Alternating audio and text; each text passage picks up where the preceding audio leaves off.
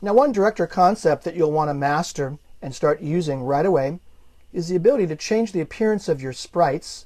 When you do change the appearance of your sprites, you will not affect the cast member that the sprite is based on. So, for example, by resizing or rotating, skewing, flipping, applying new foreground and background colors to a sprite. This allows you to reuse the same cast member to create several different versions of an image or object. Because each cast member adds to download time, by reusing your cast members in this way, you'll reduce the number of cast members and thus the size of your director file. This will allow it to download faster, load faster, animate faster, in fact, make all of your director work much more efficient.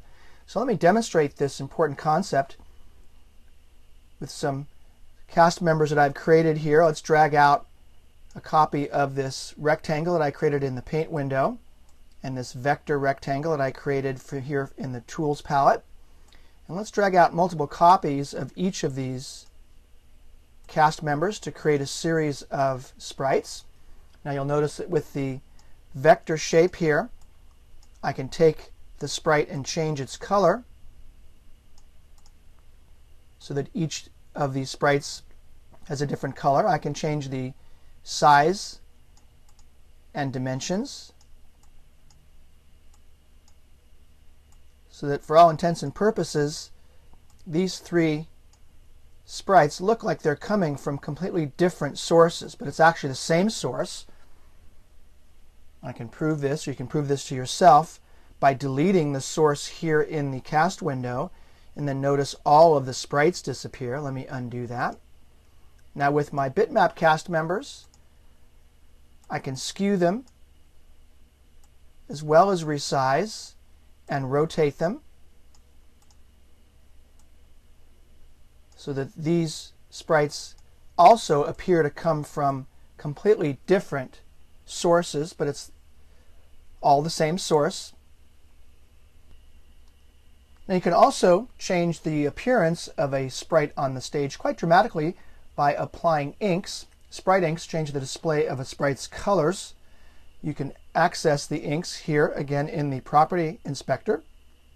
The default ink is always copy, but you can change that to any one of a number of inks to really change the color.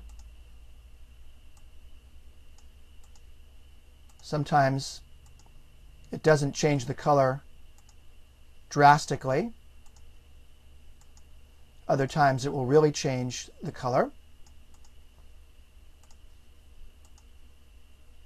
So there's the reverse of my green color. Let's take this white and change that to reverse as well, or not reverse.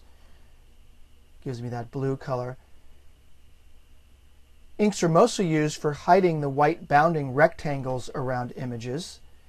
Inks can reverse and alter colors, make sprites change colors depending on the background, and create masks that obscure or reveal portions of a background. So you can get some interesting effects with inks, but if you're going to animate objects, you'll want to set the ink property to either copy or background transparent, the first two. Copy. So you can generate a lot of interesting color effects using these inks. However, to achieve the fastest animation rendering on the screen, you'll want to stick with the copy ink, which is the default ink. So again, if you're planning on animating any of these sprites, better, at least while you're animating, to set their inks to copy. Let me now move on to the next movie and provide some examples and review some of the details of each of these inks that you have available in this ink drop-down menu.